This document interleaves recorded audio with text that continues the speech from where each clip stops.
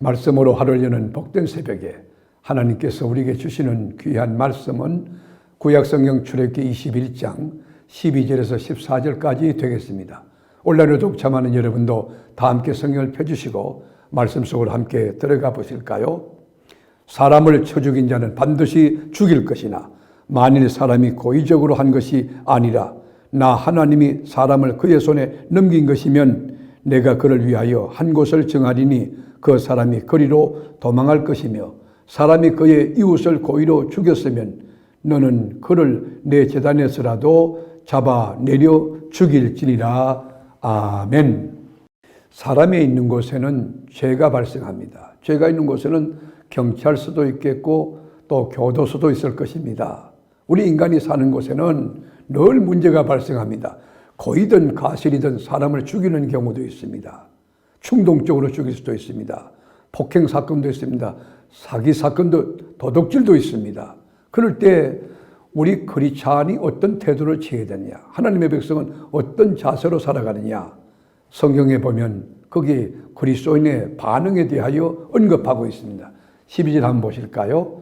사람을 쳐 죽인 자는 반드시 죽일 것이나, 반드시 죽일 것이나. 여기 보면 전제가 있어요. 가시치사로 사람을 죽게 한 경우도 어떻게 해야 되느냐. 성경은 구체적으로 가르치죠. 13절에 보면 만일 사람이 고의적으로 한 것이 아니라 나 하나님이 사람을 그의 손에 넘긴 것이면 내가 그를 위하여 한 곳을 정하리니 그 사람이 거리로 도망할 것이며. 여러분, 이게 도피죄예요. 고의로 사람을 죽인 자는 죽음으로 책임을 묻지만 고의성이 없는 가실로 사람의 생명을 죽게 한 경우는 하나님이 정하신 곳, 민수기 35장에 보면 도피처 있잖아요. 그래서 도피처에 거하게 하는 것이. 만약에 도피처가 없다고 하면 여러분, 이게 감정으로 그 사람은 또다시 죽게 되는 것이에요. 민수기 35장 23절에 보면 보지 못하고 사람을 죽일 만한 돌을 던져서 죽었을 때는 이는 악의도 없고 헤아려 한 것도 아닌 적. 이 말이 무슨 말입니까? 우리가 도끼질을 하든지 망치를 하든지, 근데 도끼날이 빠져버렸어요. 도끼자루에서 빠져나갔어요. 그게 휙 하고 날아가지고 길을 걸어가는 사람 머리를 쳤다. 그럴 수 있지 않습니까? 그래서 그 사람이 죽었어요. 그런데 이 사람을 가만 놔두면 피해 입은 그 가족들이 보복을 할 거예요. 죽일 것이에요. 그래서 하나님이 이런 고의가 아닌 경우를 대비해서 도피성을 마련해 주었어요. 고의로 사람을 죽이고 도피성으로 만에 하나 들어온 사람, 숨어온 사람이 있다 할지라도 그 죄를 가려서 그를 성 밖으로 내치라고 우리 주님은 말합니다. 그리고 하나님의 대리권자인 부모님에 대해서도 이 분명한 태도를 취합니다. 부모를 때리거나 부모를 저주하는 경우 어떻게 하느냐. 15절 17절에 보면 자기 아버지나 어머니를 치는 자는 반드시 죽일지니라. 자기 아버지나 어머니를 저주하는 자는 반드시 죽일지니라. 우리가 하나님을 아버지라 부르죠. 그리고 하나님을 경외하며 하나님의 말씀에 순종하며 살아갑니다. 그런데 눈에 보이는 아버지를 공경하는 자가 보이지 않는 하나님을 어떻게 공경할 수 있겠느냐. 자기 가족을 버린 자가 어떻게 세상 사람들을 케어할 수 있겠느냐, 책임질 수 있겠느냐. 이거는 예수 안 믿는 불신도보다 더 악한 자라고 성경은 규정합니다. 디모데 5장 8절에 보면 누구든지 자기 친족, 특히 자기 가족을 돌보지 아니하면 믿음을 배반한 자요 불신자보다 더 악한 자리라. 여러분, 분명히 성경은 가르쳐요. 자기 가족, 부모님이라든지 형제들을 귀하게 여기고 돌보라는 것이에요.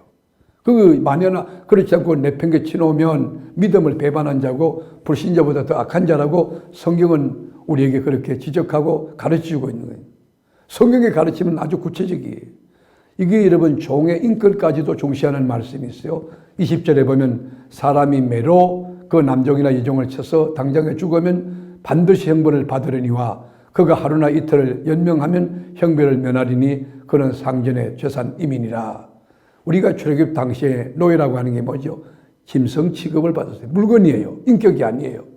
그렇지만 하나님의 정신은 그렇지 않아요. 성경은 그렇게 보지 않아요. 종을 때려서 죽게 한 경우에 형벌을 받게 되어 있습니다. 싸우다가 임신한 여인을 낙태하게 만들었을 때도 그 여자의 남편이 요구를 하면 재판장이 재판을 열고 판결을 하고 벌금을 내게 했습니다. 우리가 22절 보세요. 사람이 서로 싸우다가 임신한 여인을 쳐서 낙태하게 하였으나 다른 애가 없으면 그 남편의 청구대로 반드시 벌금을 내되 재판장의 판결을 따라 낼 것이니라. 그러나 다른 해가 있으면 갚되 생명은 생명으로 눈은 눈으로 이는 이로 손은 손으로 발은 발로 갚아라. 여러분, 이 여인이 다른 상처를 입었을 경우에도 해를 끼친 만큼 그에게 배상해줘야 돼. 갚아줘야 된다는 것입니다. 그런데 우리가 23절에서 25절 읽어보면 아주 매우 어려운 모호한 이해하기 어려운 말씀이 있어요. 거기 보면 생명은 생명으로 눈은 눈으로 손은 손으로 발은 발로 된 것은 된 것으로 상하게 한 것은 상하게 한 것으로 때린 것은 때린 것으로 갚아라 명령했어요. 이것은 흔한 말로 동해 보복법이죠. 그러니까 행한 대로 가서 보복하라도 그런 문자적으로는 그런 뜻이지만 여러분 성경은 그렇게 가르치는 게 아니에요. 사적인 보복이 아니에요. 공적인 재판관, 재판 절차, 여러분 재판정의 배심원, 사회적인 그런 통념 이런 것을 다 갖춰가지고 형을 집행할 때에 양형의 기준은 해를 끼친 만큼 벌을 주라는 것입니다. 재판이라는 것은 가해자나 피해자에게 공정해야 합니다. 예수님은 눈은 눈으로 눈이라는 말을 너희가 들었으나 그렇게 말하잖아요.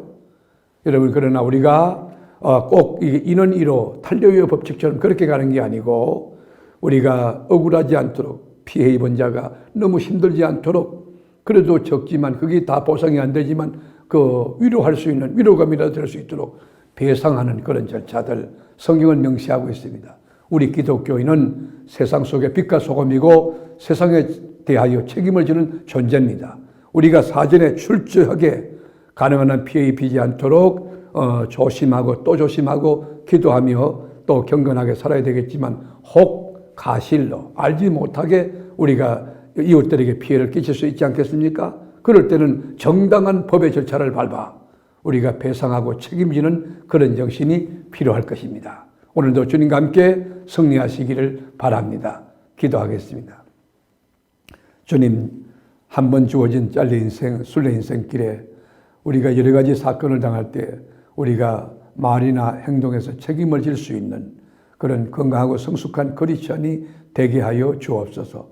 오늘도 저희를 통하여 하나님 영광이 드러나고 하나님의 나라가 확장되며 하나님의 공의, 하나님의 공정하심이 역사에 실현될 수 있도록 능력과 은혜를 더하여 주옵소서. 오늘도 성립케 하시고 우리의 간구와 소망에 응답하시는 너무너무 좋으신 나의 구주 예수님의 이름으로 기도드립니다. 아멘.